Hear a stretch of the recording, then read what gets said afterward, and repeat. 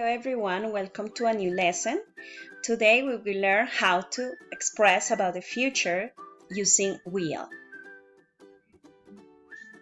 Let's see the following conversation and look at the use of will, which is in red, and the other verb, which is in green. So let's start.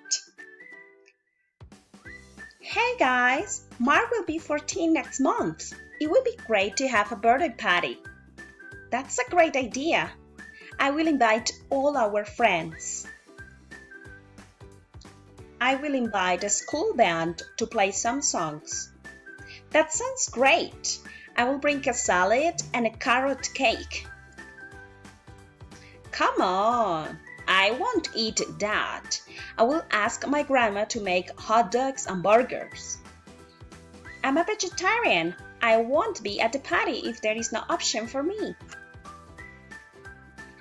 Okay, we will have a lot of food anyway. It would be a big surprise for Mark. So here we can see that will and won't, the negative, is used for talking about predictions and promises. In the first example, we have a prediction. It would be great to have a birthday party. In the second one, we have a promise. I will invite all our friends. Will, we can use it as a contraction, as we can see in here. We can say I'll, will, you'll, he'll, etc. We can use for negative will not, or also we can use won't. You can say she will not come to the party, or she won't come to the party.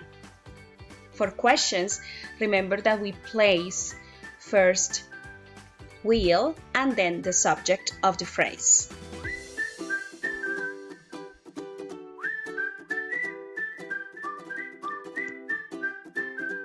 Thank you so much for your time. See you next time. Bye bye.